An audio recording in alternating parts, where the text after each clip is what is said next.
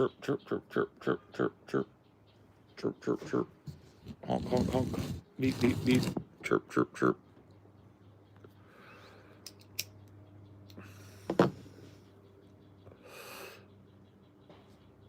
Cheep, cheep, cheep, cheep, cheep, cheep, cheep, cheep, cheep, cheep, cheep.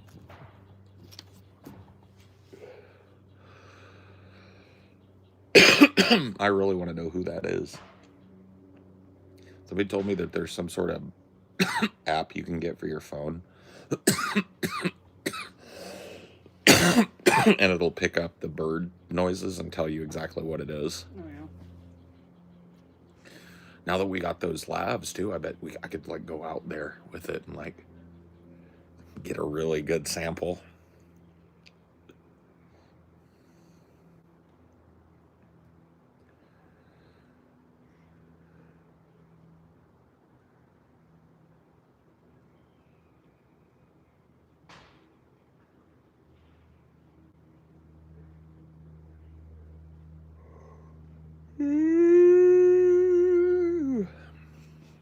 Howdy, howdy, good morning.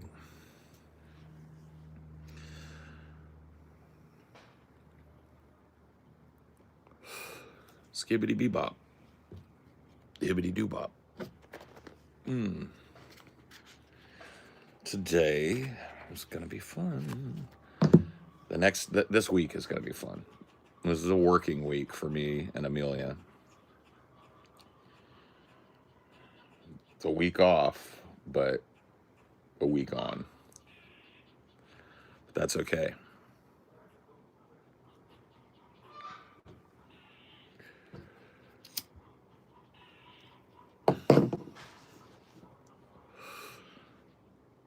I hit him up.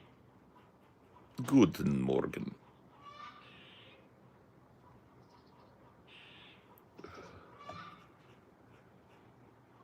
That's some eggs. That's the egg announcement.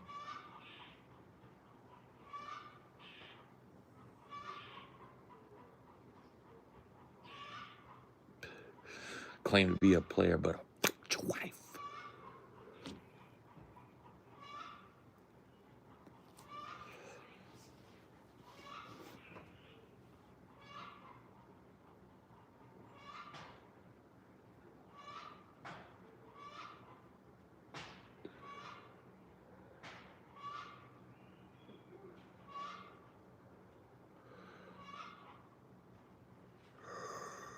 Uh-oh. 2 in a row that don't have enough marks yet. It's okay. They'll be sorted by the sorting hat soon enough. It is not hands that call Spino, it is desire. Okay, Spino. Okay. Fair.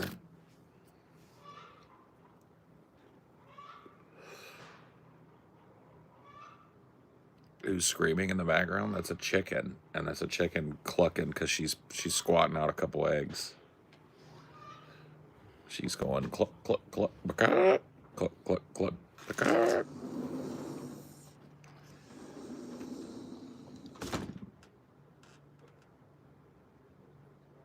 Yeah, it's just a chicken, man.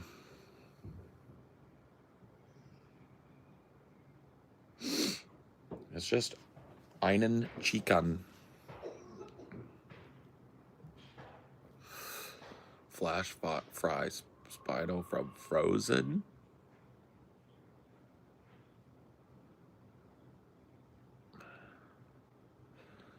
I don't know about that. I don't know how I might feel about that. Hello. You have a similar frame of glasses? Yeah, but you ain't got these, bro. You ain't got these. These are these are fashion frames, bro. Okay, these are in style. Okay, read them and weep. You ready? You ready? Read them and weep right there. Right there. You see, can you see it? Calvin Klein.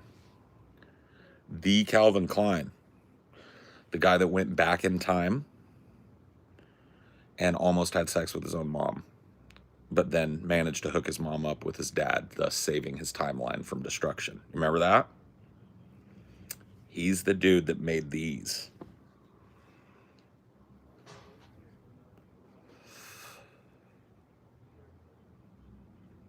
My wedding ring is missing. It simply disappeared. What? All right. Ghoul, you have to walk back.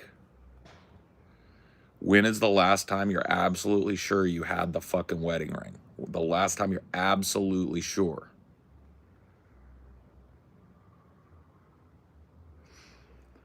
Oh yeah, man, we're right here in the thick of the woods, bro. I live in a beautiful place. I'm very lucky, dude. I randomly lose shit all the time. Yeah, but like there is a straight up like moment where you realize there's no way this ring walked out the house. Midnight Ghoul lost her wedding ring. Oh. She said it just disappeared. I'm trying to find out when. I haven't been wearing it because it needs to be resized. I had it in a very specific place and it's gone. So you put it somewhere and then you went back to look and it's gone up out of there. Okay. Kids? Animals. Kids, animals.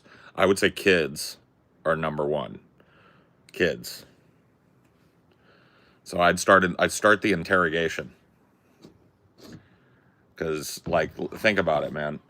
Unless you feel like somebody crept up in your house and knew where you were holding your ring and went straight there and only took that, right? That's bullshit. So yeah, people get like a couple $100 yeah, for a ring max. It ain't happening. So somebody in your house moved that ring.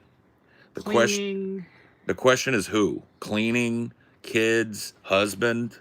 Dude, the interrogations need to begin. Because I'm telling you, you're going to come. You're going to come upon it.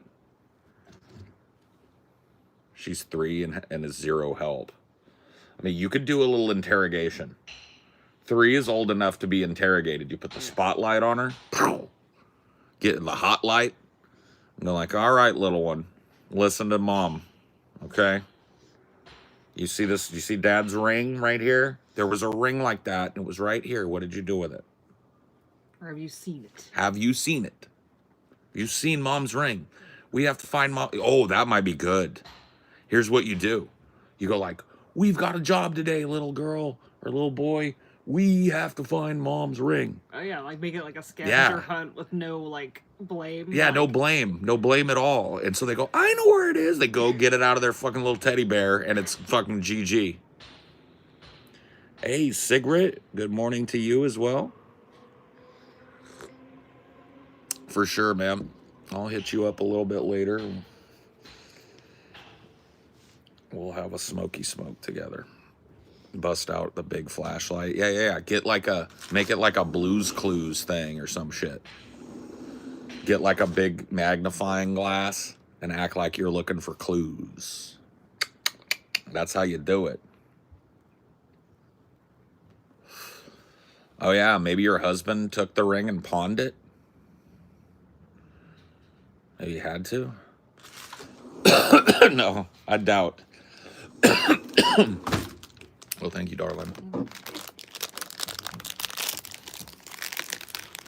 Man, I've questioned, search high and low, cabinets, couches, everywhere. I'm telling you, the kids' room.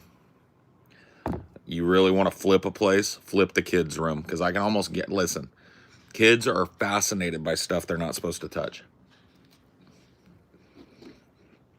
And they're watching when you don't think. I'd be willing to bet that ring is somewhere in that room. That's the zone.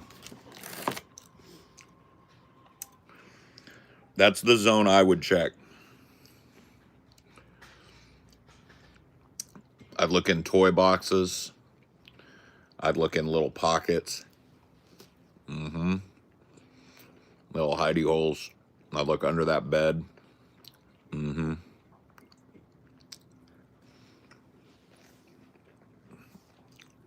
You see, here's the thing, Danny.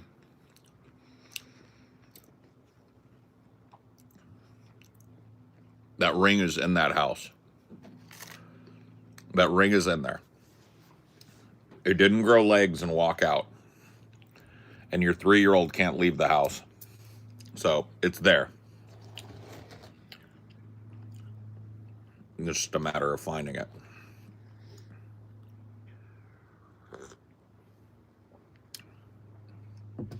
Oh, yeah, that's a good point. You don't sleepwalk, do you?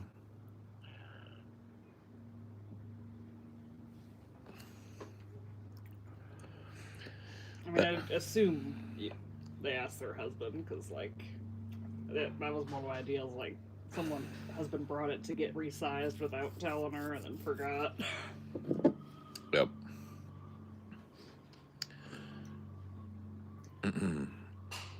Unless it grew legs, but Paul, what if someone's secret? No, it didn't happen. It didn't happen that way. It's my paranoid train of thought when this happens. No, I'll have to remind myself. Because I will be looking around the house and I will go to Amelia and I'll say, Woda shoji dainali. And then and then I will have to remind myself, the shoji does not fucking leave the house. Like it was here and it is still here. And then eventually the shoji turns up, typically in a place that is totally stupid. Drawer. Yeah, totally stupid. The underwear drawer, the cabinet. I think one time it was in the fridge. Shit happens, bro.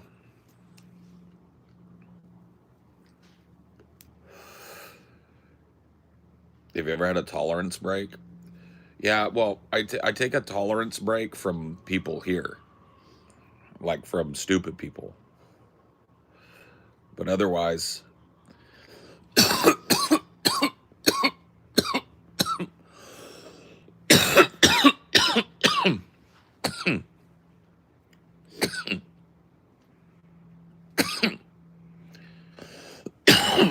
No, I get your pattern of thought, but I think it through.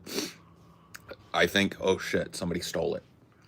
Or, oh shit, I dropped it somewhere. And then I go, wait a minute. Okay, Paul, slow the fuck down. Number one, if somebody stole things out of your house, they would have stole a lot more than just your one fucking cell phone. Number two, the last time you had the cell phone, you were in the house and you haven't left the house. So the cell phone is here. Tolerance breaks are not a myth.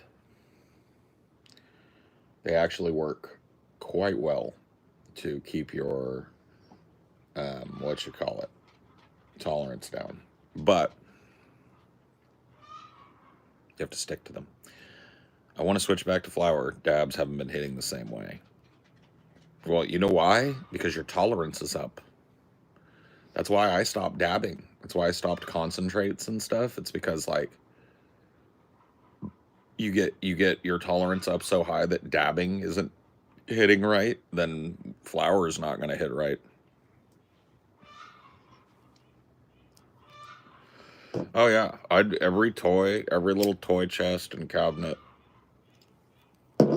That's I would say the most logical and likely room, given what you've told me, is now. Oh, well, I mean, you could.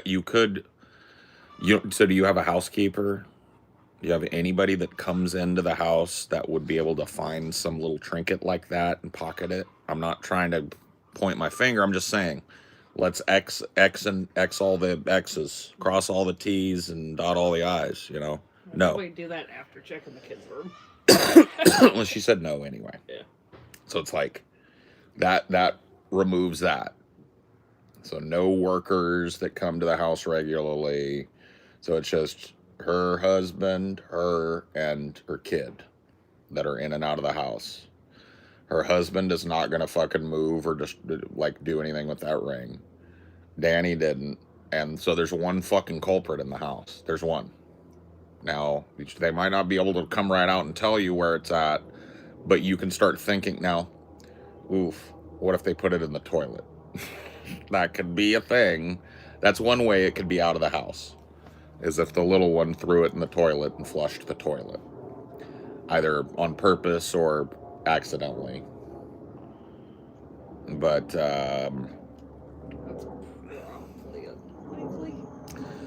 I mean, I would say that it's unlikely. Yeah, I wouldn't get too worried about that until you've strip searched the room and all the little pockets and little compartments and all the little toys. Gotta open all those up. Any little toys that got a little compartment in them. Any little Barbie doll that might be wearing a new hula hoop or a new leg ring. You know what I mean? It could be anything. At 3, that is your fucking culprit right there. Chances they ate it? Doubt. But maybe. I'm gonna have to ask Danny about her 3-year-old.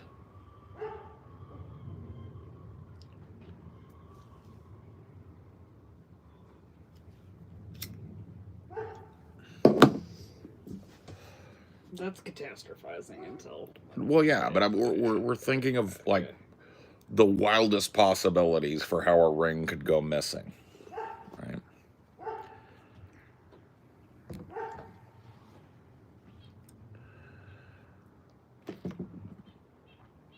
Did you watch UFC 319? I don't watch UFC. UFC used to be so cool when I first started watching it, because there were like no strict weight classes.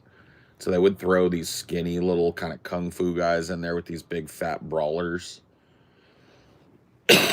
Now that it's just BJJ versus BJJ, and first one to get on top of the other guy and ground and pound him wins, it's just boring to me to watch. I get it, you know, like I understand it.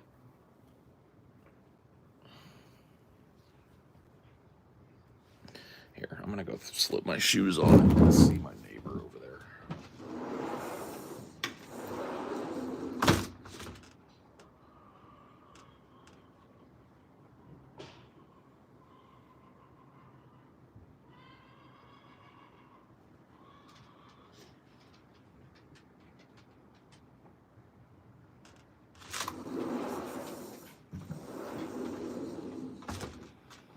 Let's watch your step.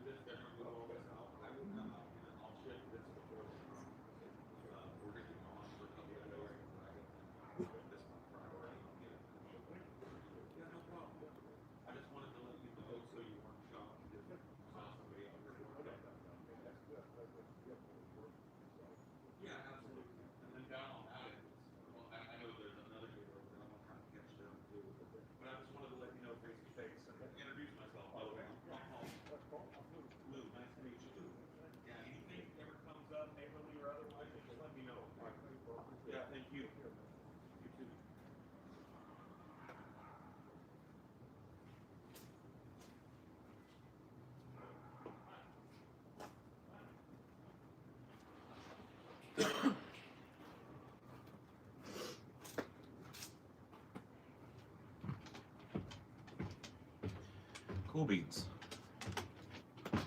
Good to know your neighbors.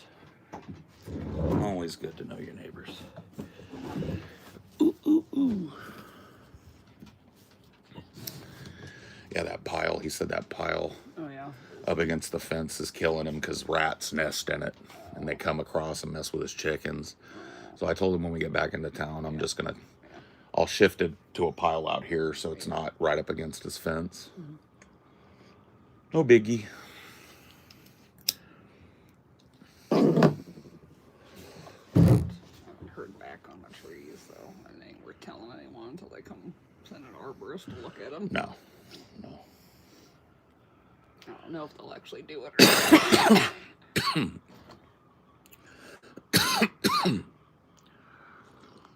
not. Yeah, we're getting our fence replaced, among other things, out here, and I'm just trying to meet the neighbors that the fence touches, and just let them know that we're working on it. And then they can expect like a contractor to come visit them and reach out and let them know what days they'll be, blah, blah, blah. You know, I've done the fence thing before. My mom's house had to tear down a fence, and you just let people know that the fence touches, what days and all that. I saw two neighbors carrying out at each other yesterday when I was going to the weed shop. Yeah, man, I hate that, man. I understand that, like, when you live cheek by jowl, and especially as a renter, right? Who knows who was here before me and Amelia, and, you know, people that own their homes, like the gentleman I just talked to, right? Probably get sick of people like me coming and going, not really keeping up the property in the right way. And so I try and be as neighborly as you possibly can, because, you know, I'm a temporary resident in this neighborhood, but that doesn't mean I got to be a dick while I'm here, you know. So absolutely 110% take care of that pile.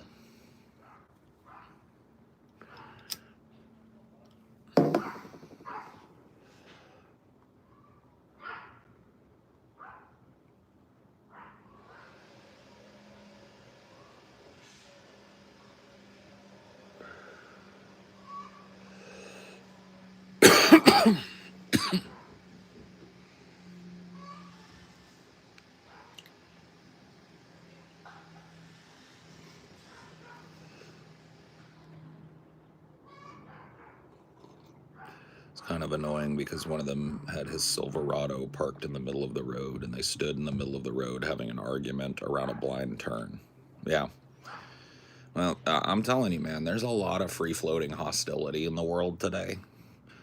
And some of it for good reason, and some of it, I think, just out of fatigue. And,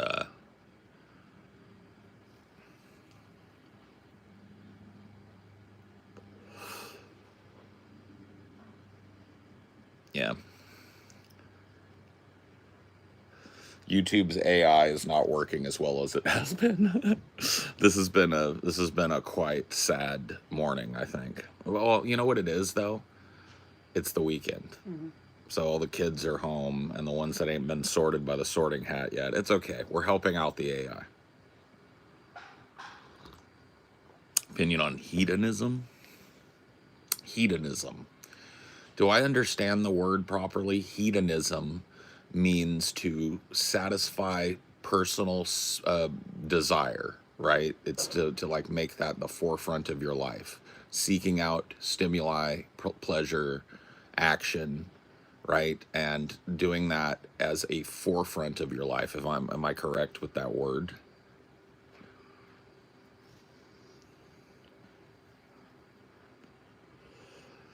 Yeah, I have noticed that there has been a little bit. Oh, it's Hank? Oh, yeah, Hank. I gotta give Hank a fucking... Hank is a meme lord, bro. Hank is my new king of memes.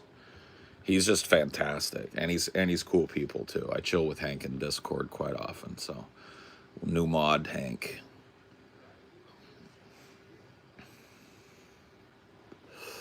And then, like, if you're watching Xander, let me know and I'll get you modded up so you don't get monkeyed with.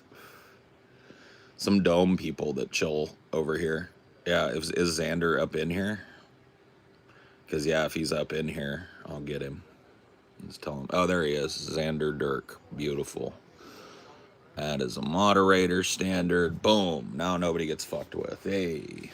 Yeah, Xander was like, I got timed out in your chat. I was like, yeah, I mean, my mods are killers, you know.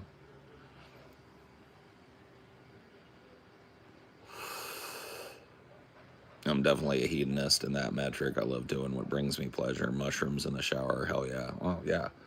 And then there's also the guy that asked the hedonism question. There's also a festival in Jamaica, I believe, or Haiti, one of the two. Maybe it travels around. Maybe it's in Florida. I know it's down in that region called hedonism, where it's like people will go there and it's like fetish stuff and like hookup stuff, where it's like wife and husband want to do wife swapping stuff or like threesomes or whatever, right? It's kind of like a place where you go where it's like a no-tell kind of festival where people can go, like average normal people that want to spice things up or whatever, go to it and try out different, sexual things, I guess. So I have heard of that, but I don't know what goes on there. I'm not gonna cause Paul's mod team any problems. Oh yeah, no, cigarette. You ain't gotta worry about it, bro. I don't think there's anything you could do to get on the wrong side of my mods. You're just too chill. You ain't gotta worry about a cigarette. You've returned? Okay. We had a couple thoughts, Ghoul. A couple that I'm not going to share with you because there's no point in catastrophizing.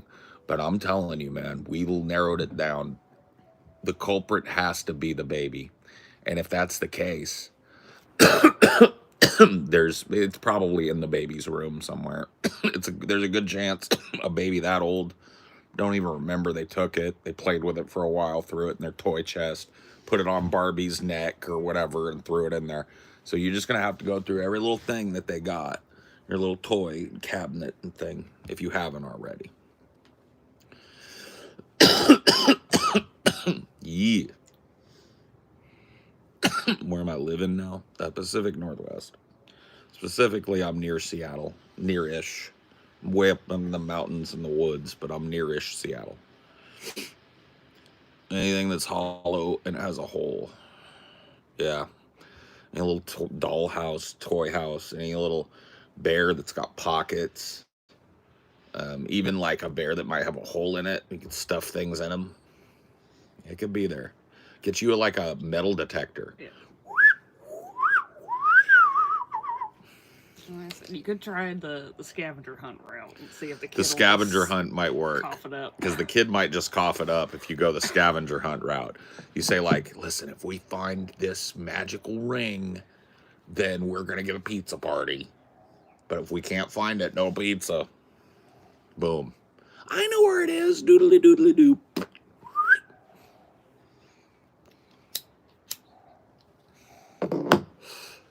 Because I'm telling you, man, a 3-year-old, that is your culprit. They're like little monkeys. They can get up, they can get around, they can get to things you think they can't get to. If you thought the house was baby proof to the point where they can't get to something, they will figure it out. 3 is like, I know this. They're little terrorists. Did you check out the small post I sent you in DMs? I did not, Xander, but not out of any disrespect. I'm horrible with DMs, bro. I do like try and answer them for people, but I really I'll tell you what it is, bro. I'm a yapper, so let me tell you why. Because there is a reason. Okay, so the last job that I had in the real world before I became a podcaster guy was I worked at a school district. I was a network systems information specialist. What that basically means is I was in charge of all of the technology, from projectors to computers, laptops, wireless base stations, et cetera, et cetera, et cetera, 2 blade servers at 3 sites. I was swamped, man. And my whole life was notifications. You know what I mean? Like my whole life was notifications. It was like bling, bling, bling, bling, right? You have a help desk request. Bling, bling, bling. You have a help desk request. And I got to tell you, man, I developed what I can only describe as PTSD, like notification fatigue or something is probably what a psychiatrist would call it. I got to the point where it started to make my heart beat faster whenever my phone, and it still does. You can ask my wife, when my phone rings or blows up, I get like agitated. Yeah. I mean, there's probably some missed texts. Oh, I don't, dude, you've seen. Yeah. There's over 1,000 unread texts. Now, most of that is garbage, Yeah. like spam shit. Mm-hmm. But I don't care. I'm very, very adverse to notifications and shit. Plus, I think it's actually a good thing in my line of work that I'm not Dr. DMs, because that's, not that I'm in people's DMs saying shit like that anyway, but that's how a lot of these people get in trouble or get embarrassed, is like they think somebody's, I'm not saying that's you, but I just think it's one of those things, right? It's one of those things. But yeah, that is the main reason, man. And it's not out of any disrespect to anybody. I feel bad about it. Like, I'll sometimes see that Cigarette DM'd me like a day ago asking if I'm trying to smoke. And I'm like, fuck, bro. But I just have all my notifications turned all the way off. You found it. Where was it, Ghoul? Where fucking was it? I want to know where it is, Ghoul. Where was it, Ghoul? It's all good, though, Xander. I'll check it out.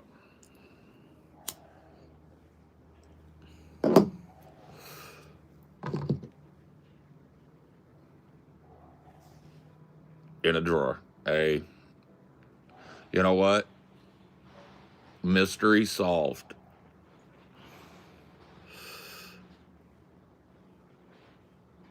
Oh yeah, no, we're good, man. You rolled up. I got a little stub left here. I got a little roach, and then if I need to, I'll go grab me another one. We'll smoke. Chill out here and do our thing. I've got so today, I'll let you guys in on a little Paul's ego behind the scenes. Amelia and I last night shot some test doc for the first time on a new rig that we bought that uses the iPhone camera. And then there's an actual professional lens that goes over it. So it turns the iPhone camera into a pretty powerful, kind of high res, high FPS shooting machine. And so we got that all tested and perfected last night.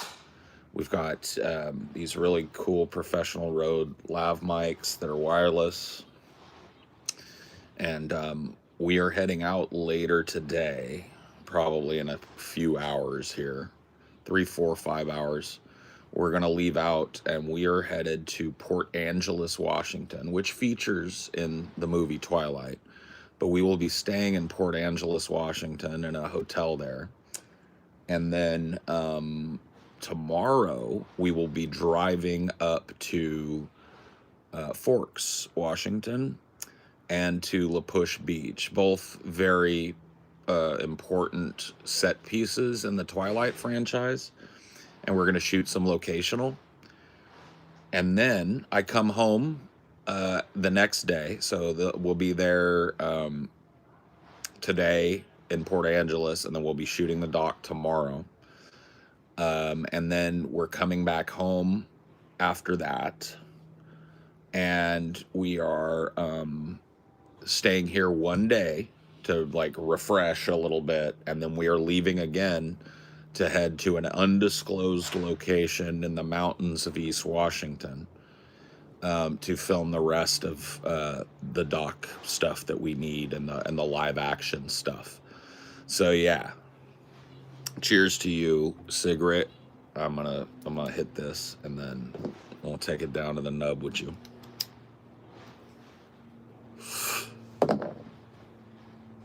So yeah.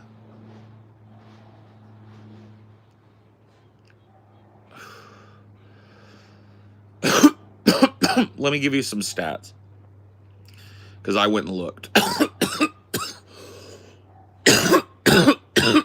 This Twilight franchise review, just by length, by page length, is almost 4 times. It's like 3 times and change as long as my Hellraiser review. Now, that doesn't mean that the end product is going to be that much longer. It doesn't mean it's going to be 3 hours long.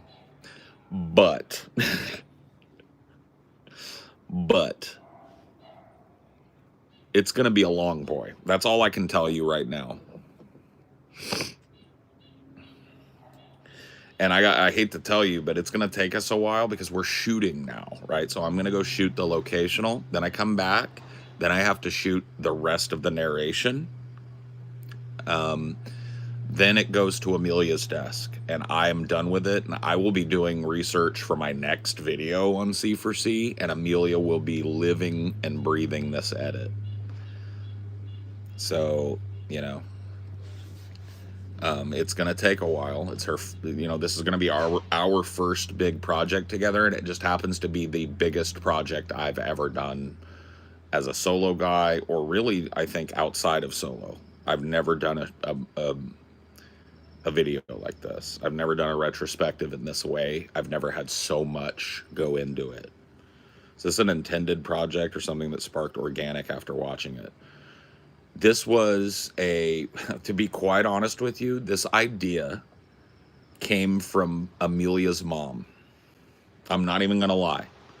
You know, Amelia's family lives here in the Pacific Northwest, and we were talking about how, you know, hey, here in a month or so, once the contract stuff is hammered out, this was months ago, we're going to be ramping up C4C, you know, and she's a big fan of that channel. She loves my movie reviews. Amelia's mom does, and so she just blurted it out. She was like, we were talking about franchise reviews. I was like, I want to come back with a big, well-known franchise review because I want to make an announcement I'm back in a big way. And she was like, oh my God, you know, why don't you do Twilight? And I was like, I've never even seen those.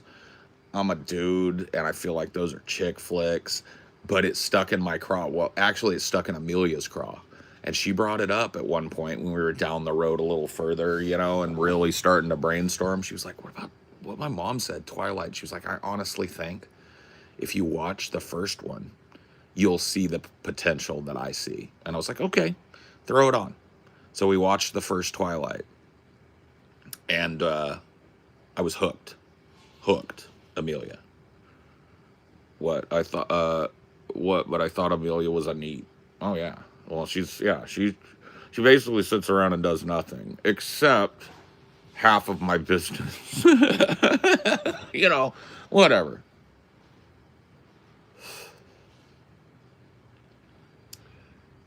They shot that where I'm from. Yeah.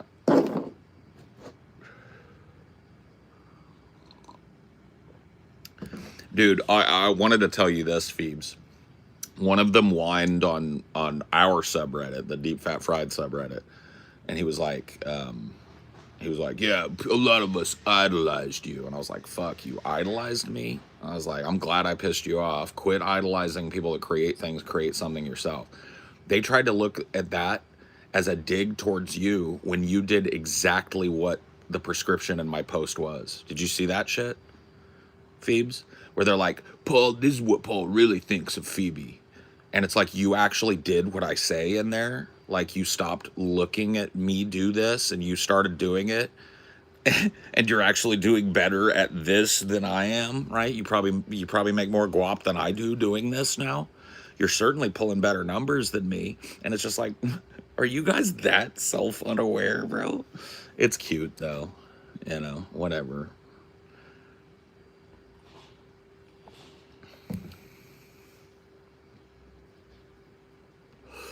Yeah. Yeah.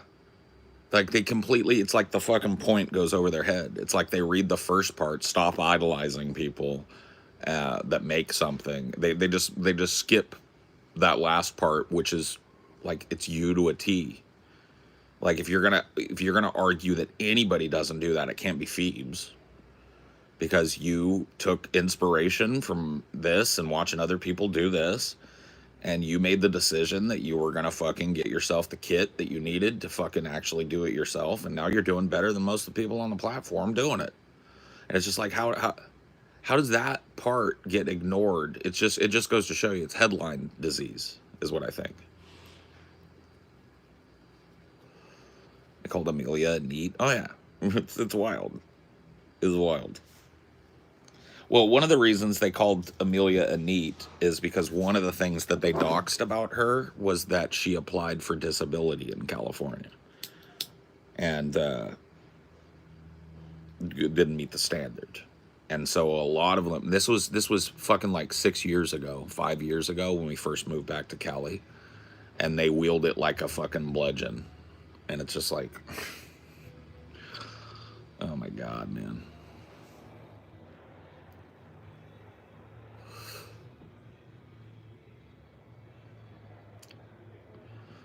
As a German, I love your name. I love how some German words like poltergeist or zeitgeist made it into the English language. Well, you understand that English is a Germanic language, right? German, French, right? So it is wild to me because I'll be listening to German speakers sometime, and they'll be like, "Einen Schlugen, Schlagen, Schlugen, Flagen, Schlugen, Schlagen, Tugen, Chicken, Dagen, Tugen, Dagen, Race Car," and Schlugen. I'm like, huh? I'll understand every fucking like 10th word. And I'm like, yeah, there's definitely some like Nordic in there too, you know? It's a mutt language. English is like a later mutt language that kind of combined a lot of the slang and colloquialism from every goddamn language over there. Sounds like Danish. Tastes like Danish. Sometimes I don't make anything in supers if it's really late, but I do it in decent hours. Yeah. I mean, it doesn't even matter if you're making money. It's like you're pulling numbers, you're creating something. Money is a secondary thing, right? And so, anyway, I just think it's fucking, I think it's hilarious, to be honest with you.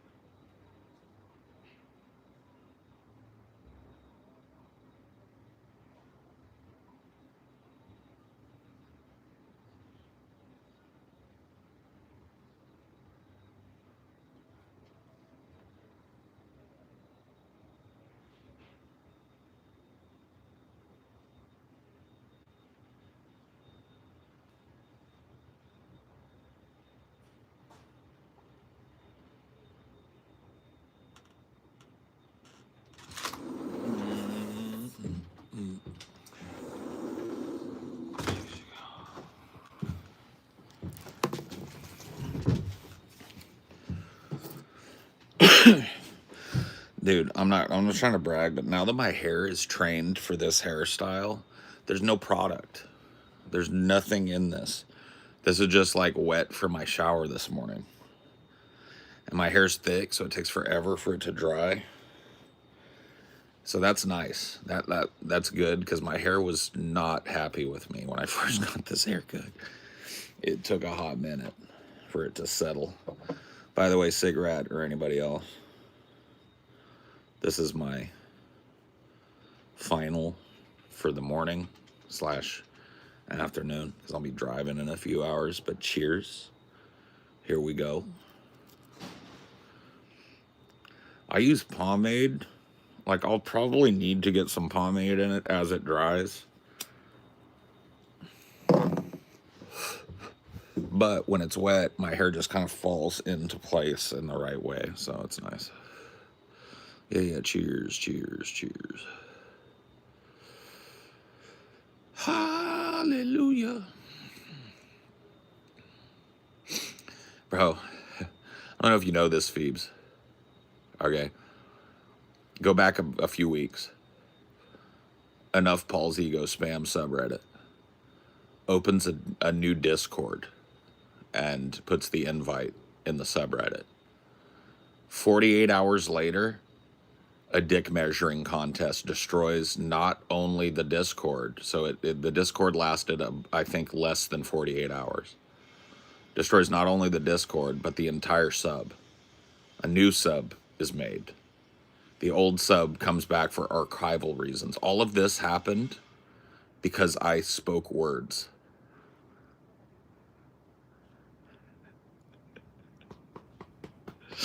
Oh, it makes me happy.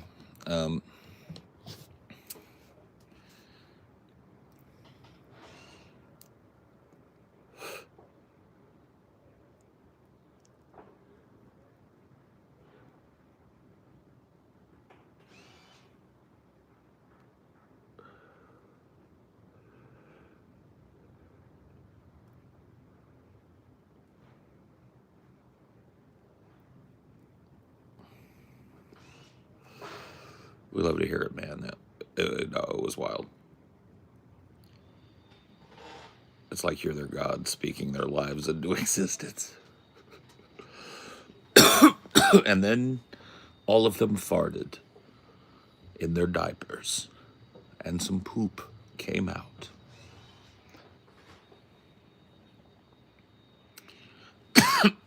We love it. We love to see it. We love to see.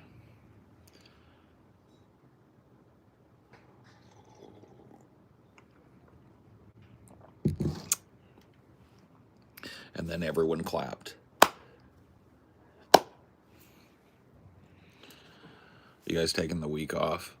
If you rewind it back a little bit, Heinrich, you'll hear what I'm doing with my week. Yes, this is our week off. And it's a good thing, too, that our week off landed kind of close to when TJ's lost his little best friend. Corn Pop, rest in peace. So TJ will have time to process that and just kind of grieve.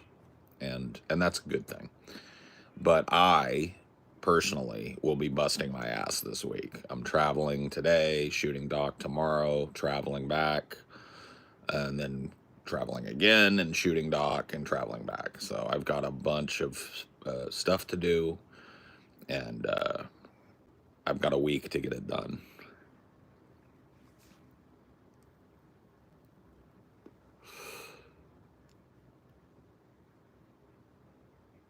But yeah, this was like, a lot of people were confused because they thought last week was going to be our week off. But the way that months work, right? It makes it so sometimes we do 3 weeks on, 1 week off. Sometimes we do 5 weeks or 6 weeks on, 1 week off. And this was a 5 week on, or a 4 week on, 1 week off. That's just how it fucking ironed out this month. So it actually ended up, being good timing, I guess, if you could call it that.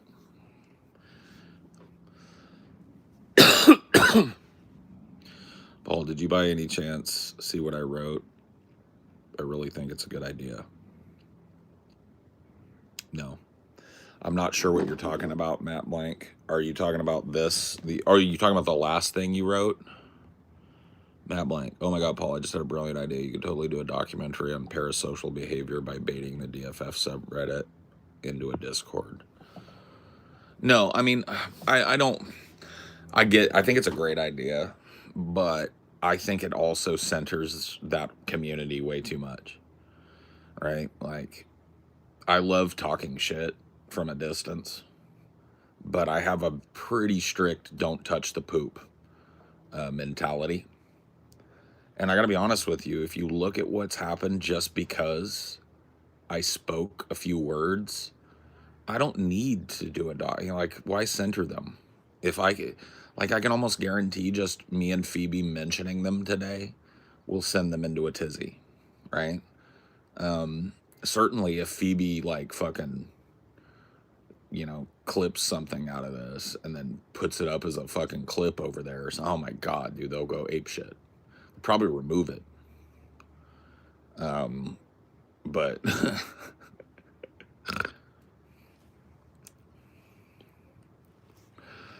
and it's just like, man,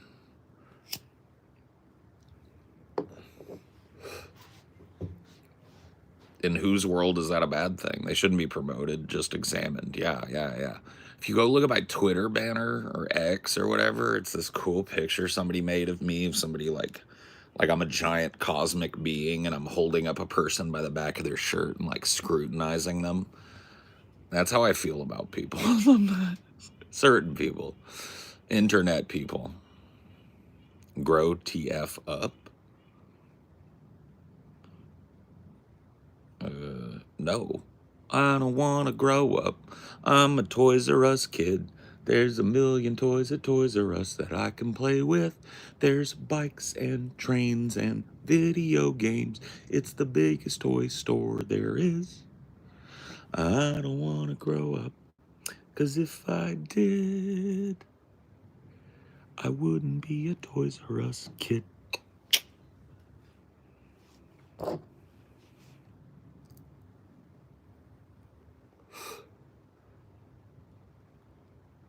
If you know, you know.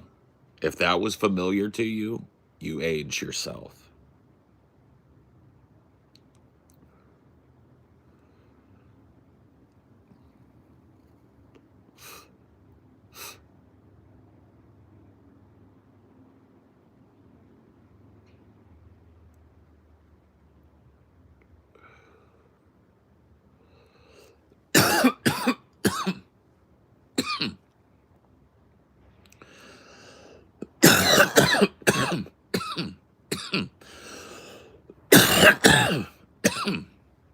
Man, they couldn't stay quiet. Paul, two of them had to immediately go aggro. Oh, yeah.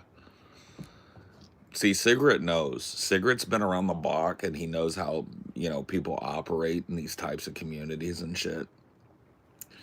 And they're sensitive, bro. They're very sensitive little gents. They don't like the narrative being controlled by me, but none of them is big enough or strong enough to counter my narrative, and so it literally drives them nuts. Like, they sent their greatest warrior against me, and he now doesn't exist. He won't mention my name. And his videos get 10 views. I slew him. I smote his ruin upon the mountain. I turned him so off of ever speaking about me again after making 30 plus fucking videos about me, bro. I turned him so off. I smote his ruin upon the mountainside.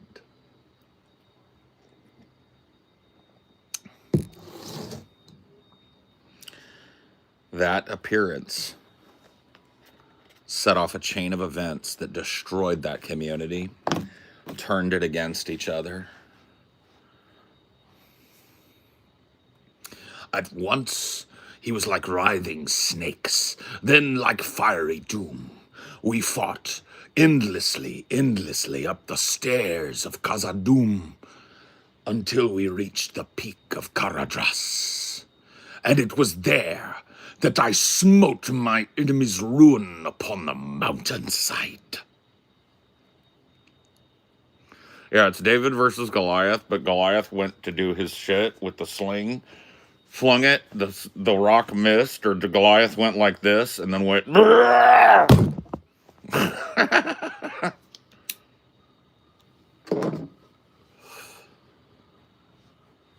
I don't want to grow up. The Toys R Us community. Yeah. Paul, that just reminded me. Do you have the game Lord of the Rings Return to Moria? No, but is it good, though? Like, is it fun to play? Is it like a crafter that we could play together? Because if it's good, I'll pick it up. By the way, it's just so it said. I didn't enforce your interruptions because I got the impression that we were just giving him back his own self-importance. Well, I mean, it is what it is. I mean, like, Phoebe, listen. I know that prior to the debate, right? And when we were setting it up, and you go back and look at, we were going to try and do like equal time and shit. But when it finally got kicked off, there was already so much heat that I just rolled with it, right? Now, how you moderated it, right, doesn't matter. The fact that you hosted it matters, right? And you did your best to keep a wild debate. Well, it's not even a debate, a wild argument that kind of burned out of control on track. And you were smart enough to see the fire burning and to not piss it out. Does that make sense to you? Yeah, no, it was 100% blood sports.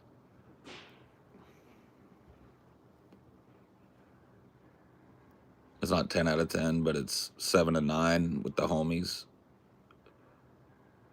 Yeah, bro. Yeah, if you got a game key, bro. Like I said, this week I'm gonna be traveling and shit, so you probably won't see much of me. But when I'm back, yeah, dude, we'll hook up. Well, dude, I love me some fucking Lord of the Rings.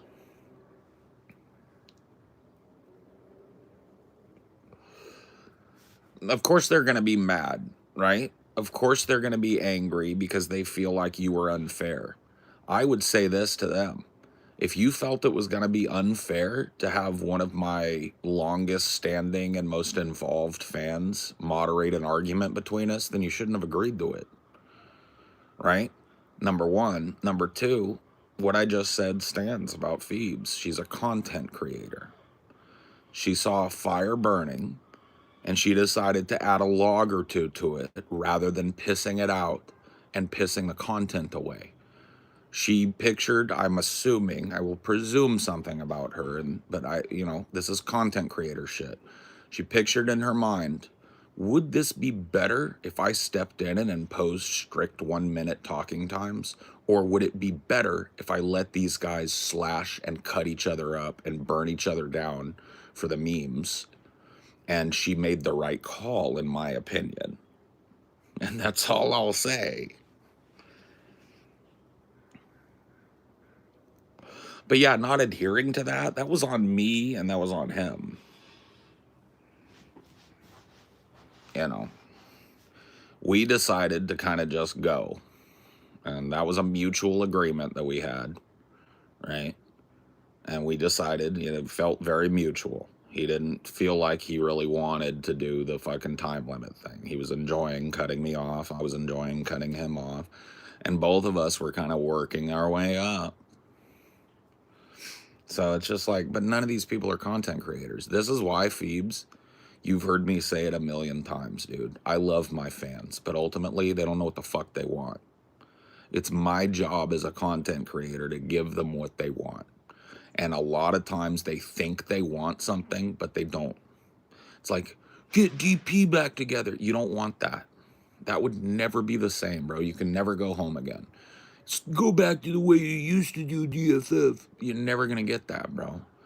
Right? We do old school DFFs, but they all have a different flavor now. We've evolved. We've changed as people, right? And so a lot of times you're going to have people waving their finger in your face, telling you how to do your job. And here's the analogy I always use, and it pisses them off really bad. Would you go to a butcher shop and tell the butcher he's cutting up the meat wrong? The answer is no, then shut the fuck up. Because some people it goes beyond just like a good natured, suggestion. And it's like, there are people out there that think that if they rabble rouse, scream, cry, whine, they're going to get you to say something. They're going to get you to do something. And bro, number one, to speak personally, those people don't know me. They don't know how I react to that kind of pushback. Let's just put it this way: oppositional defiance doesn't even begin to describe it. So that doesn't work with me. But there are people out there that genuinely believe that if they get enough of a rabble together and start screaming at a content creator, that content creator is going to shut everything down and do what they say. And I will tell you this, if you watch when content creators do this, it's called audience capture, I think, is what they're calling it now. But it's this idea that the audience it's like the inmates are running the asylum now, right? You're making decisions about what you say based on what you know your audience wants you to say versus what you actually think, right? And they're leading you down a path that you don't want to go. Yeah. And like I said, dude, that's not saying, oh, dude, and there have been people like in this that have given me ideas that end up on the show. So it's not like don't kick me an idea. But if you go like, hey, you should do the show like this, and I go like, it probably won't work. Just go like, okay, cool, because I probably know, right? No, the audience is a participant, especially we choose to make them, but their participation does not include a producer credit. Like if you can find anywhere on our Patreon where we've promised producer credits to anybody, or any fucking video where we've promised producer credits to anybody, then I'll shut the fuck up. But we don't. We don't have a producer. We're the producer. We're the talent, if you want to call it that, right? So we get to do this. We're the CEO, we're the director, we're the producer, and we're the actors. There we go.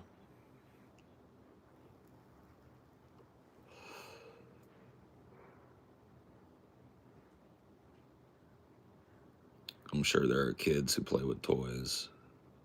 Cuck. Give Spino a timeout, please. Give Spino a timeout. He doesn't remember the rules. I want him to give him a long one too, like a 600 seconder or something, please.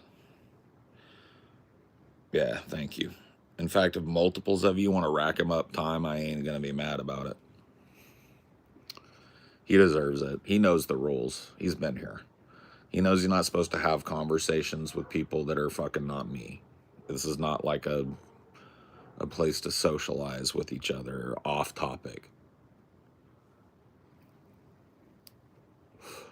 No, not even Naughty Priest. And he doesn't ask for it.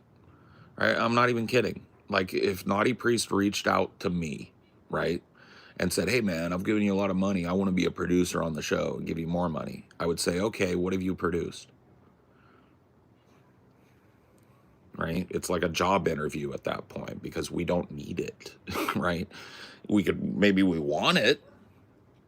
And if he's a really talented producer, maybe we do want that offer. But if he's just a guy that really likes the show and has expendable income that he gives us, which is what I think Naughty Priest is, right? That's how I've always known Naughty Priest, a good guy, loves the show, big donator, right? Yeah, that doesn't buy him a producer credit. The only thing he can demand that I produce is eventually my dick on Pornhub. That's what he's been paying towards all this time. And he knows what the reserve limit is, and he is paying towards that. I'm taking installments. That's the way it is. No, Naughty Priest deserves it. He's a great guy. But that's one of the reasons why, Naughty Priest is awesome. You can tell he gives the money, he gives the dono,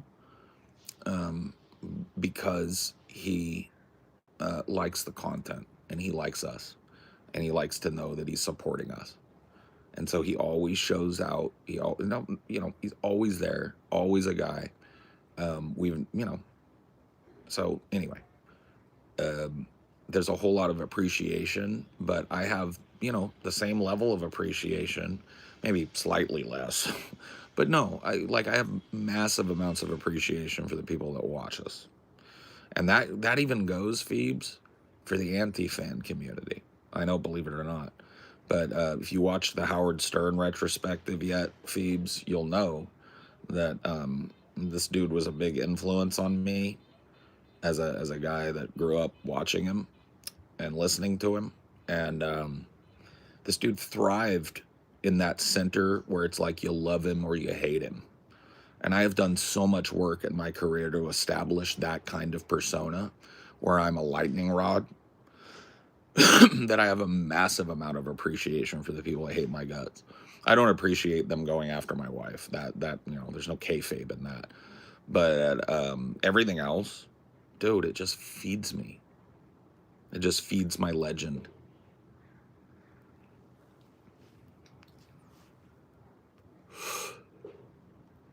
Anti-fans bring you views. Oh yeah, YouTube long ago stopped counting. Like, you know what YouTube cares about algorithmically? Whether you hit the thumbs up or the down They don't care. That's a piece of engagement. If you type a bunch of derisive shit in my chat, that's engagement. That helps me in the algorithm. That boosts me because I'm maintaining an audience with a lively chat. They're not looking at what you're saying. They're not taking into account what your feedback is.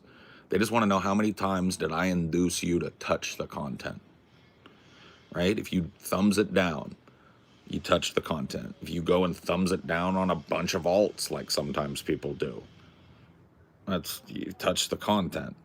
If you like it, you touch the content. You leave a comment on it, you touch the content. If you subscribe while you're here because you're a new person, you touch the content, right? That's what YouTube looks at. That's it. There's no such thing as the Sith lightsaber, and the Sith lightsaber was never a bad thing, Phoebes. People were more likely to click on a Sith lightsaber than a non-Sith lightsaber. People don't know what we're talking about. A Jedi lightsaber was less likely to get clicked than a Sith one. You feel me? It was never bad to get a Sith lightsaber, ever. It's awesome. It was great. The more contentious the video, the more likely people would click on it back then. People saw something they might be offended by. Oh shit, they jam on it. It's the same thing now. There was no hate in the Sith lightsaber. It wasn't hate. Hate was not a thing. I mean, there was people that hated each other, but what I'm saying was there was no hate in the Sith lightsaber when it came to old YouTube. People downvoting your video to the point where it had the Sith lightsaber. It was all red and one little spot of green, right? That's what we called it back then. And a lot of like positive content creators would have shit their pants if they got a Sith lightsaber.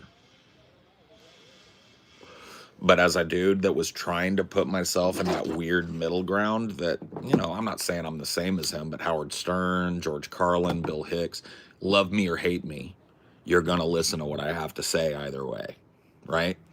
And I tried to center myself in that so much, right, that Sith lightsaber was, dude, I would get excited. I get butterflies in my stomach if I got a Sith.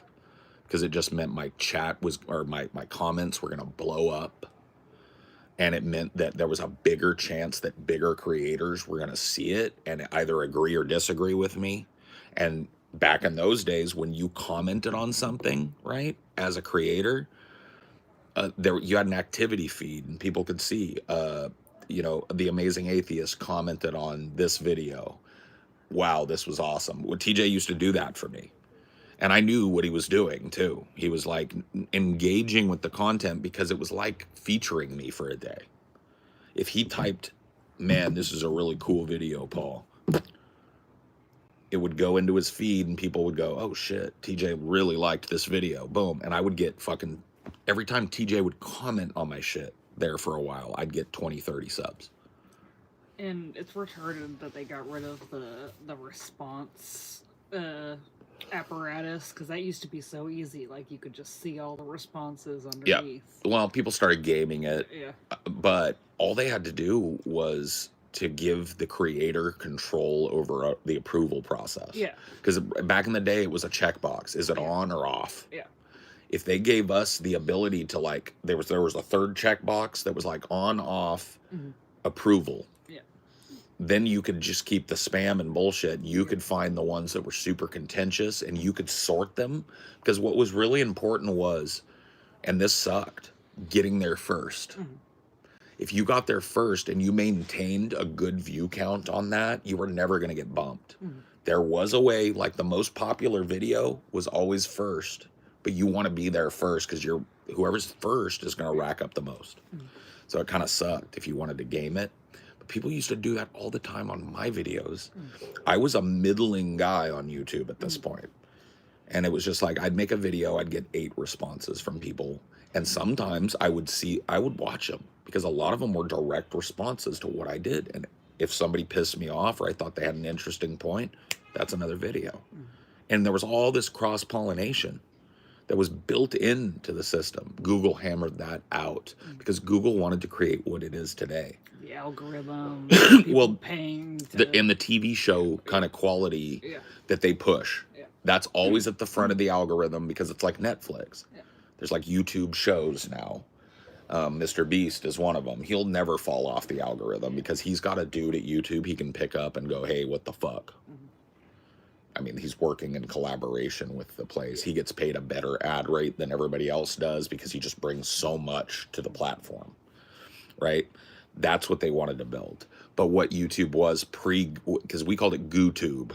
YouTubers started calling it GooTube after Google acquired because we knew it was going to go down the tubes, and it did. They took away the ability to create your own page. So it used to be like almost MySpace levels of customization on your landing page. Yeah. So when somebody clicked on Paul's Ego and to go to my channel, I had limited amounts of control over the color scheme and where things were modularly. So if I wanted to feature my latest video or my latest video that from somebody else that I liked, right? Or a playlist of different videos. There was like a module for here are my recommended channels. So other channels to check out. I would always put that like right below the main one. Yeah. And other people did the same. Yeah. Now every channel is homogenous. They fucking confused the shit out of people making a live separate tab because people are like, "Where's all your videos?" Like they're in the live tab. Yeah, they did. It's like but that's once again a lot of that was on purpose. Yeah. It was to discourage organic community building and to discourage the kind of arguments and debates that people seek out. They don't want that. They don't want politics content unless you're a big guy like Kyle. Yeah.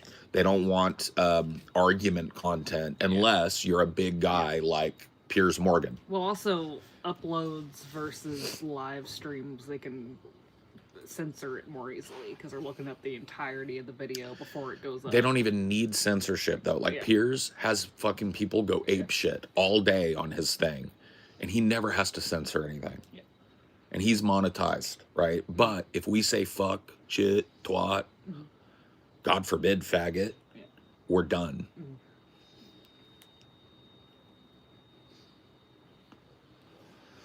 I remember old YouTube. Well, old YouTube for you, Xander, because you're fucking young. Old YouTube for you was Middle Ages YouTube for me, because I started YouTube in 2006. You can go look at my channel, Ideology. That channel was created in 2006, and I think my first upload was in April of 2006 or 7. I can't remember which. So I've been around, it's almost 20 years now, bro. So we're talking 19, 18 years ago, YouTube was a fucking whole different thing than it was 10 years ago.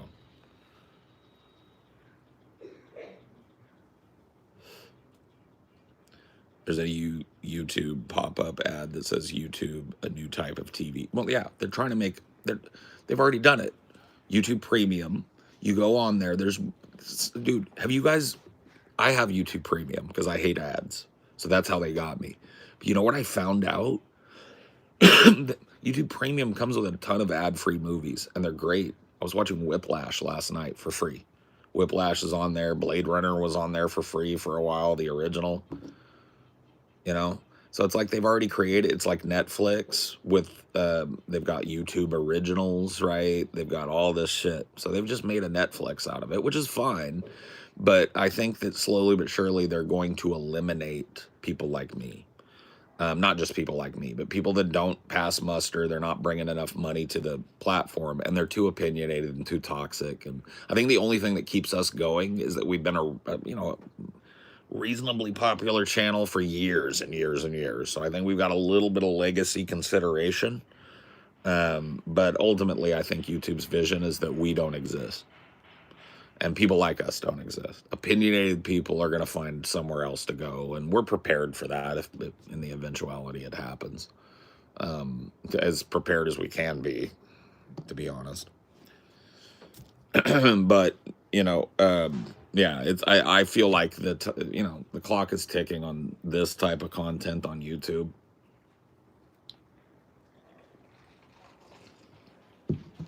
Squirrel chase, squirrel chase. Squirrel chase, squirrel chase. Oh, yep. Is it Juvie? I can't tell if it's Juvie or Blackie. It looks like Juvie. Not a big tail, so Juvie is out here spreading his seed.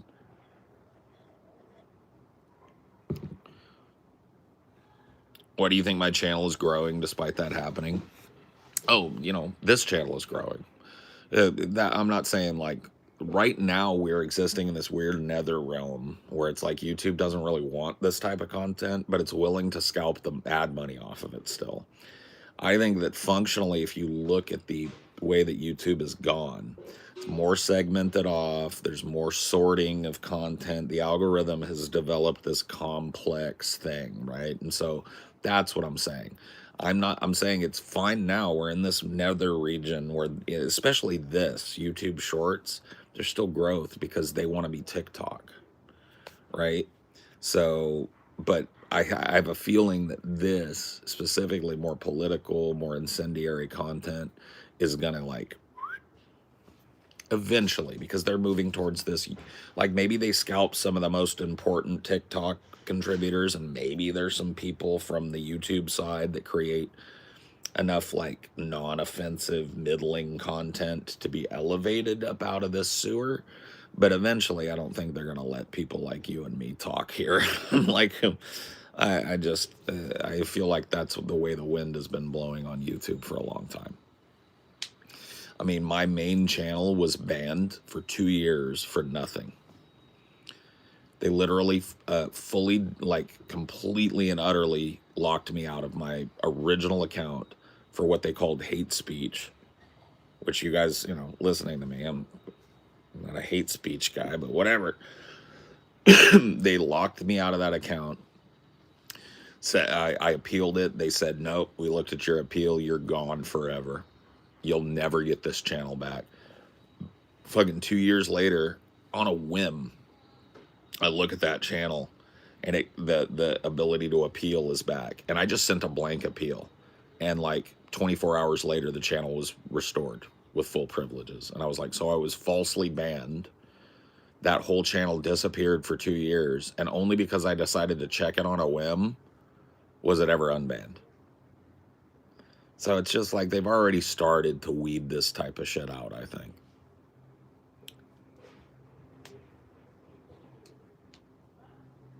I think it's just a worker who had a hate button. No. I think that there was I think one of two things happened. I think that YouTube's content filter caught me saying something and misinterpreted it as me being a Nazi, or I was making a joke or something, and it heard like some automated filter heard it, right? It misinterpreted me as, being hyper political, or being somebody that doesn't like Jews, or being somebody that doesn't like Arab people, or being somebody that doesn't like white people, or whatever it was, right? And it got auto flagged, or that there was a flagging campaign. The joke at the time was it was the manatee, but the more I think about it, the more I think it was probably people that are centered around the kind of anti-fan community. I've seen them make posts that they then delete because they know how bad it makes them look, kind of calling for false flagging, calling for mass flagging of all of our content and stuff. So I wouldn't put it past any of these motherfuckers to act like Brett Keane. So that, I think, is probably the most likely scenario. I think they started just mass flagging my shit for hate speech, and YouTube was going through an algorithmic thing where it was like, hey, we got enough of these, and some automated thing just banned my shit. And, they fixed it because people were abusing it, and, all I had to do was wait 2 years. I don't know, man. That's what I think happened. But see, the problem with it is, as a creator, even though I've been a YouTube guy for fucking, like I said, going on 20 years, um, uh, as a creator, it's a black box, right? Unless you're Mr. Beast or equivalent. Well, there is no equivalent, I guess, but you get my drift. It's a black box. You don't know how your shit does, really. You get the numbers from YouTube, but you don't know what they did with it, how boosted your shit was by algorithmic positioning, and what kind of ads are going to run on your shit, and what you don't get all that. It's just a black box. And that includes the way that they police people, right? They don't tell you what the process was exactly by which you were. So there's no feedback even to the creator. So what it told me, if I went and looked at the email, what it told me is like your channel at Ideology has been banned. The reason is hate speech. To see the YouTube standard on hate speech, click here. To appeal this decision, click here. And I was like, what? Okay. Clicked there, filled out the appeal. Less than 24 hours later, your appeal was denied. Your channel will not be restored. Okay. But what actually happened there? Shrug.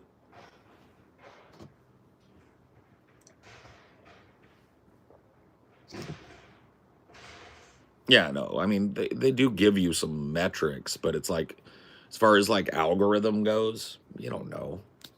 You don't know what it is. I remember when Mr. Beast microwaved microwaves that were microwaving toasters. Yeah, man. Top tier content. Just checking in after a while. I'm okay, brother. Thanks.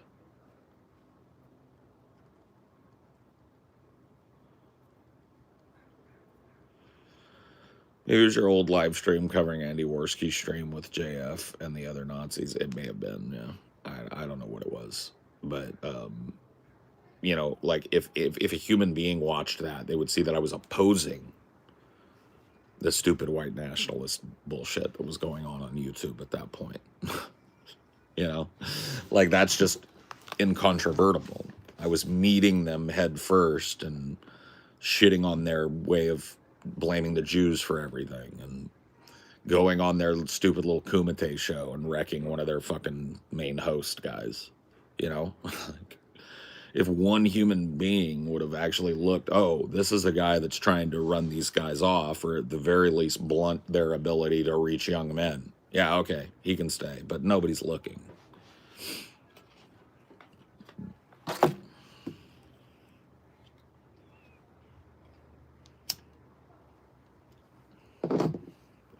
You know what the great thing about my appearance on the Kumite was? I came in like a ghost and then just left. Never went back.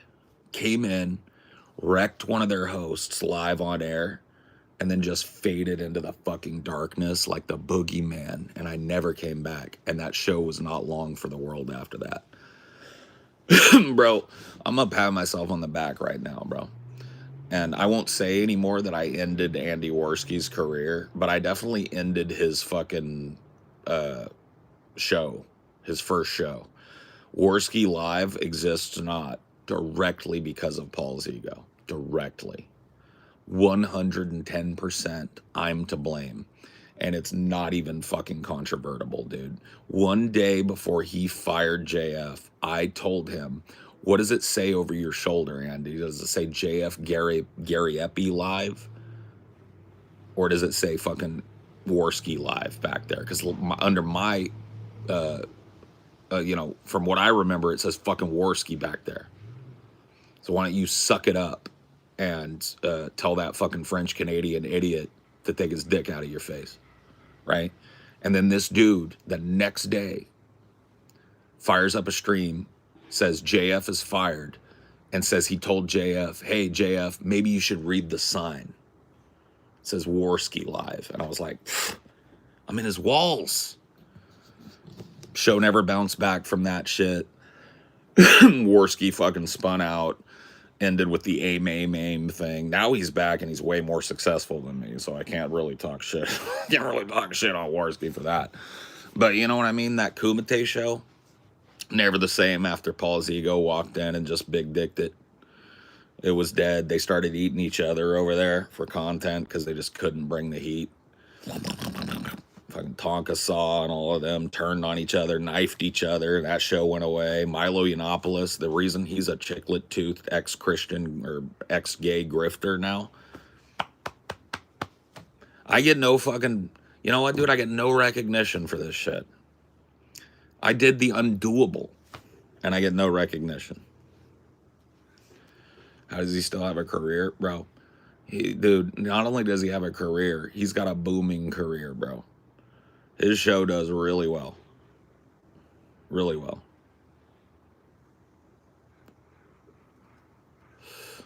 Do you think he would? I wasn't even baiting him. I was rage baiting him. I didn't think he was gonna fire JF. Their show was huge. I was just trying to rage bait him and sow a little discord and sow a little seed of. So I guess it worked, but I didn't think he was gonna go fire JF the next day, but he did.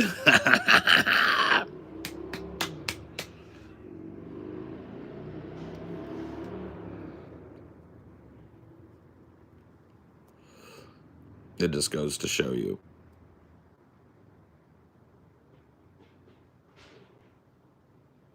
Trigonometry. Yeah, that's what I call it, bro. You remembered the name. I don't say that name out loud because I don't want people to dig. But I will tell you, it's a fucking art. Once again, not to toot my own fucking horn, but I'm a narcissist, so allow me. Bro, I'm better at triggering people than anybody I know. I've been doing it longer than anybody I know deliberately. And I will continue doing it for the rest of my fucking life and being better than most people at it. There are people that might be better at trigonometry than me, but I have different, I have like super upper division level, collegiate level, fucking master's level trigonometry degrees, okay? Oh, I am, dude. I can sow seeds, and you know what it is? Talked about it on a show earlier, bro. Kind of earlier this week. It's social engineering. It's a basic baseline knowledge of how human brains work and how human psychology functions. And I'm able to plant seeds in people's head in such an aggressive manner that they can't forget it. And that's just the truth. I'm able to get under people's skin in a way that they'll say inadvisable things. They'll admit things. They'll contradict themselves.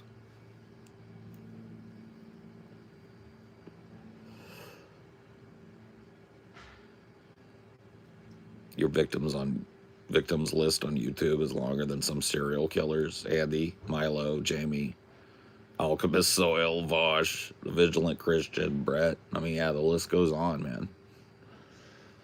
JF, Gary Epi.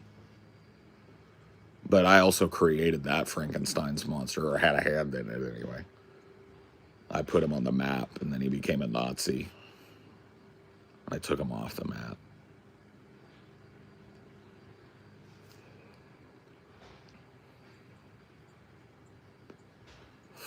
Trigonometry. Just the way it is. Russell Fu, you know? Jimmy Russell Fu.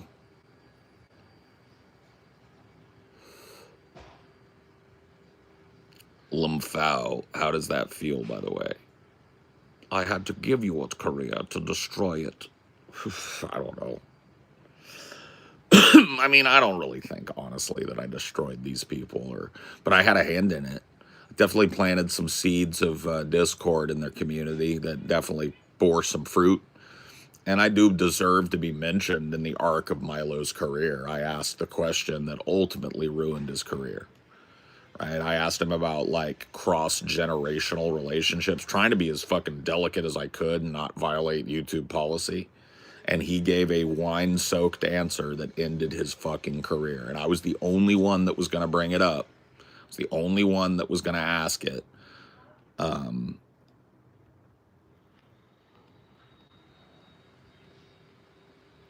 JF took someone off the map too. Oh yeah, that's right. Mama JF. Mama JF went into the woods. I dropped her off at the woods, and she is like a how you say, a James Bond, 007. And I dropped Mama JF into the woods, and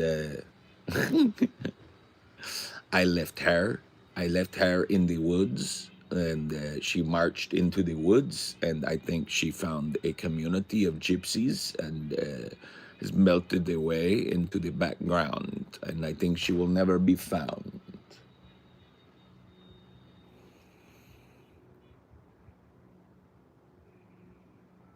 I mean, well, yeah, horse. Yeah, still no word on it. Still no word. They have not found the body. I mean, my ex-wife, Mama JF.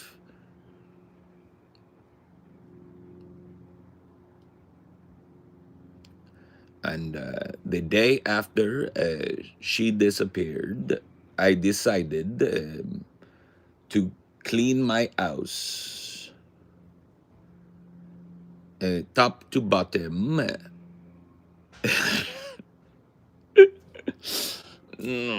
I used lots of bleach to clean my house the day after Mama JF disappeared into the woods.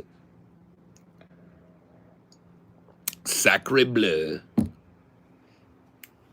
I do not know what happened to her.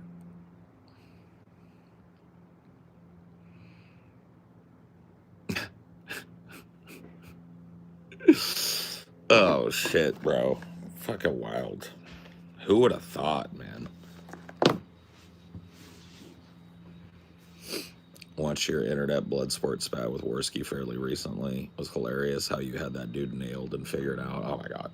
Well, Worski, like, because the only, you know what, you want to know what my fucking thing was? I was watching it, like the drama going on that Kumite a little bit, and I overheard Worski talk shit about the drunken peasants. He said we were bad hosts, so we talked over him. He specifically said I talked over him. And I got to be honest with you, he had a middling appearance on the Drunken Peasants. Drunken Peasants was the toughest room on the internet at that time. And if you walked in there and you weren't prepared for the pace, we were just going to steamroll your ass, right? And he got kind of like half steamrolled. He didn't know what to do in a big room like that. He wasn't prepared for it. And so I saw him like years down the line after DP had already ended, posted like talking on that Kumite with some sour grapes, saying, "Oh, we were bad hosts, and that Paul guy talked too much, and blah blah blah blah blah." And so, yeah, that's the only reason I went over there to fuck with him, was to set him straight on that, and to kind of tease him a little bit about the fact that JF is running his show.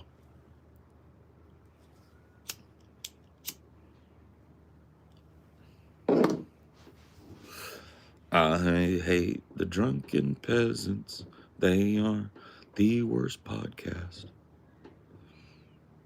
And now I will hold a, how you say, yard sale and sell my shovel and all of my cleaning supplies.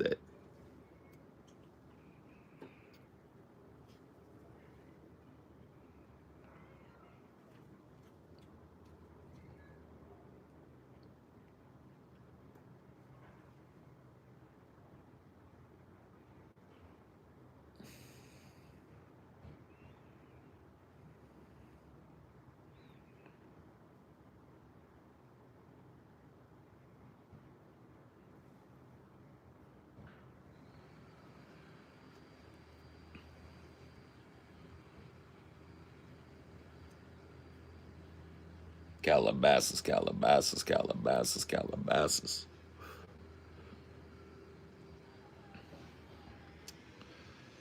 Bruh.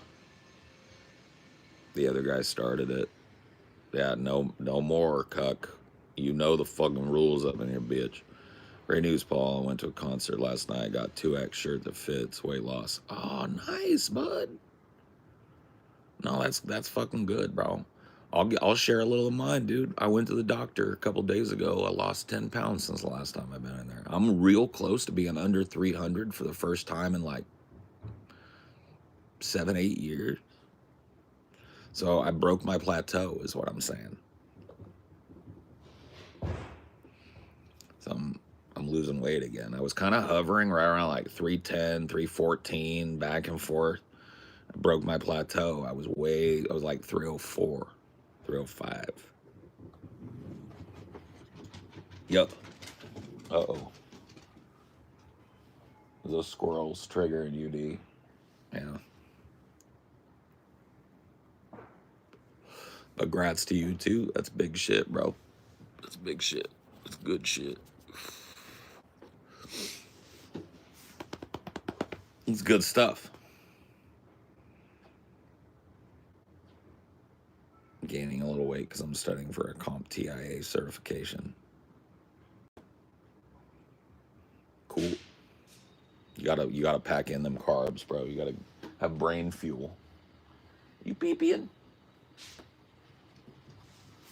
All right, I'll do my stretch. Ooh, ooh. You want to go inside? I'll let you inside, and then I'll do my stretches. How's that? There you go, bud. My shoulders are fucked.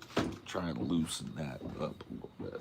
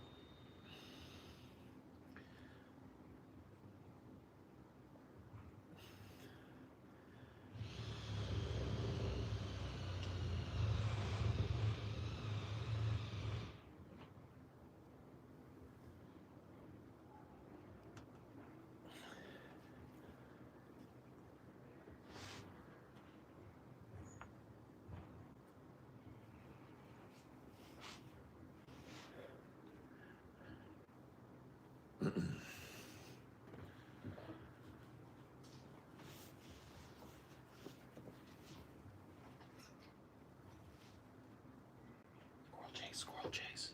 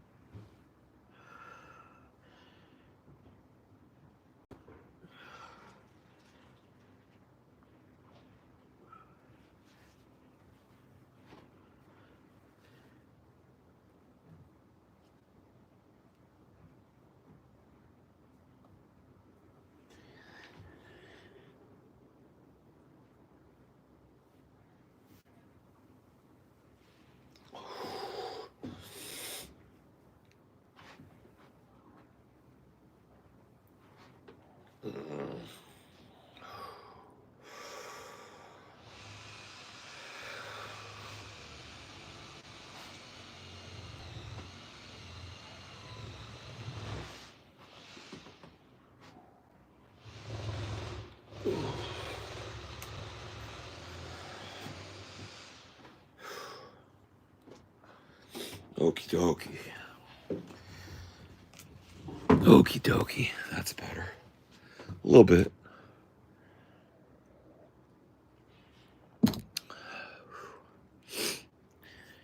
Whew. A little bit.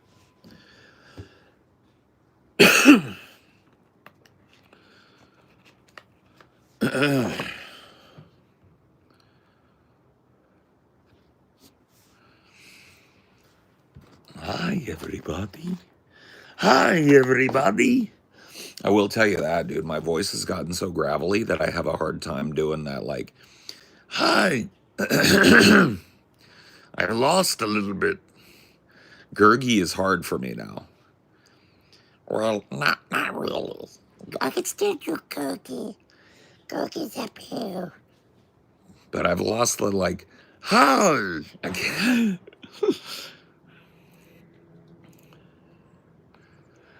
Oh, yeah. 3 times a day, yoga stretches. And, like, sumo stretches. What happened with your voice?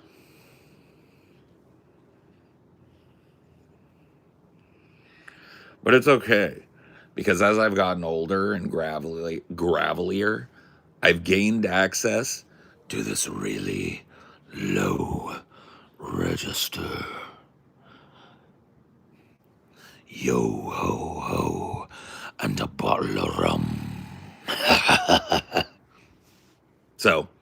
you know, you win some, you lose some.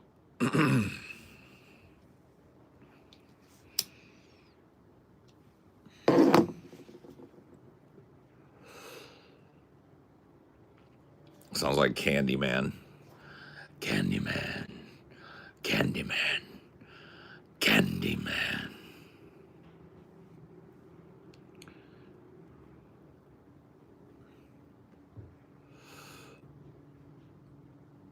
Oh yeah. Yeah, my voice is well, I will tell you something that happened. If you go back, Ghoul, and you can find, because some shit happened to me and my voice was never the same after it. I blew my fucking voice out on the show. And it was right around the time I first showed up in the DP studio that was in Bellevue in Washington State. So it was right around the time, if you could find the first time that I was in studio there in Bellevue, in the DP studio, the final DP studio before me and the guys left. You could find those episodes. You will hear me speaking in such a weird manner because I blew out my voice. Blew it out. Lost my voice for a day, and then when it came back, it was this like cash on the fucking barrel head. And ever since, my voice has never been the same. Ever. I've had to learn how to like sing again. So I think I damaged my vocal cords at one point.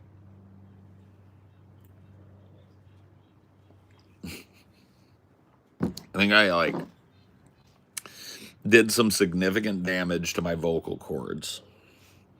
And they healed, but I don't think they ever healed right. You could do blues hella good now. Maybe so. Way down by the water is where I found a man. Way down by the water is where I found a man. And he looked at me and said, "Hey, son, come here and take my hand." Oh, Lord.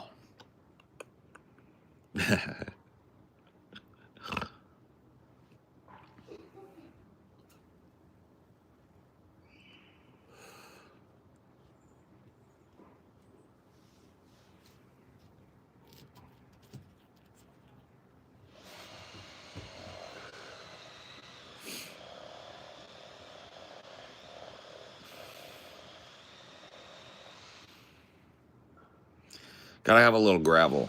You know what else I could do? If I learned how to do it? I could do some fucking Jamaican dance hall toasting, bro.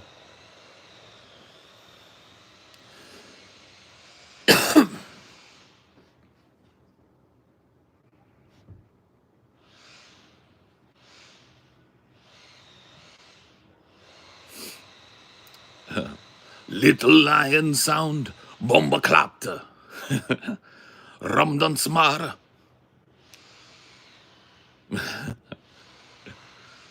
Thoughts on the Epstein files? Release them, baby. I want to know all of these powerful people that were diddling and fiddling, bro. I think we deserve to know. The public needs to know.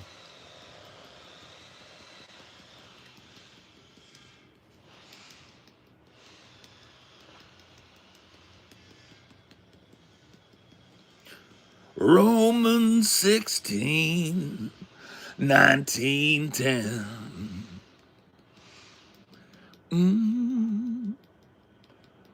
Romans 16, 19:10. Ooh. Once you've read it, you'll never be the same again. And the God of peace shall soon crush Satan. Yes, God will crush him underneath your feet. Romans 16, 19, 10. Once you've read it, you'll never be the same again. Just wrote that, by the way. Based on a spiritual that I know. Your Howard deep dive sent me down an Artie Lang rabbit hole. I've already breezed through 2 of his books. I love Artie, man. Artie's such a tortured guy.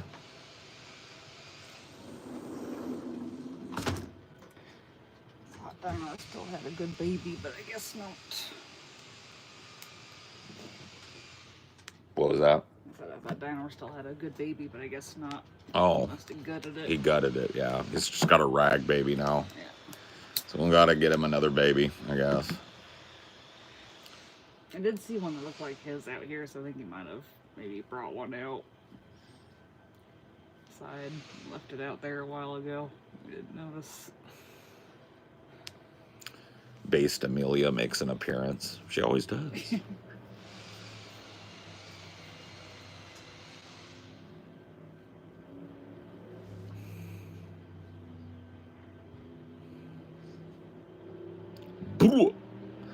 Tell me I said hi and she's based and epic pilled for helping you restart C4C.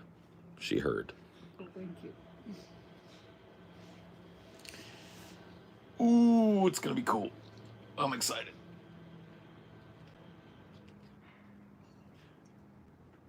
Probably leave here in a couple hours, I guess, maybe 3 hours.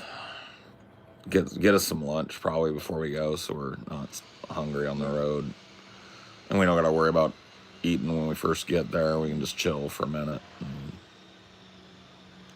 think the town's big enough that we can get something a little later at night. It'll be fine.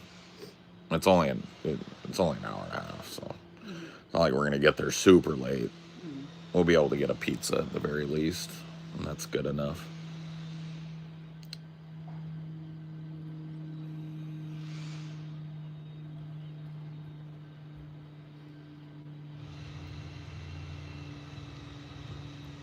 Thoughts on death and what comes after? Well, I happen to believe, and I'm a Taoist, and the Tao has very little to say about death, other than it being a return, right? And so I'm not sure I believe in necessarily reincarnation, but I do believe that there's nothing in me that isn't in a tree.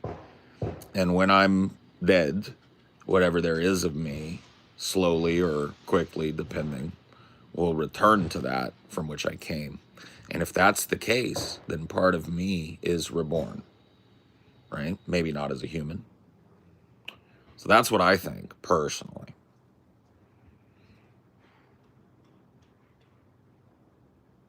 I'm eating marinated ribs, brown rice, and mac and cheese. Ooh. If the ribs are good, if they're not tough-ass rubbery ribs, you better not be eating tough-ass ribs. They better be falling off that bone. But if they're not, if you're just gnawing on a fucking rubbery-ass rib,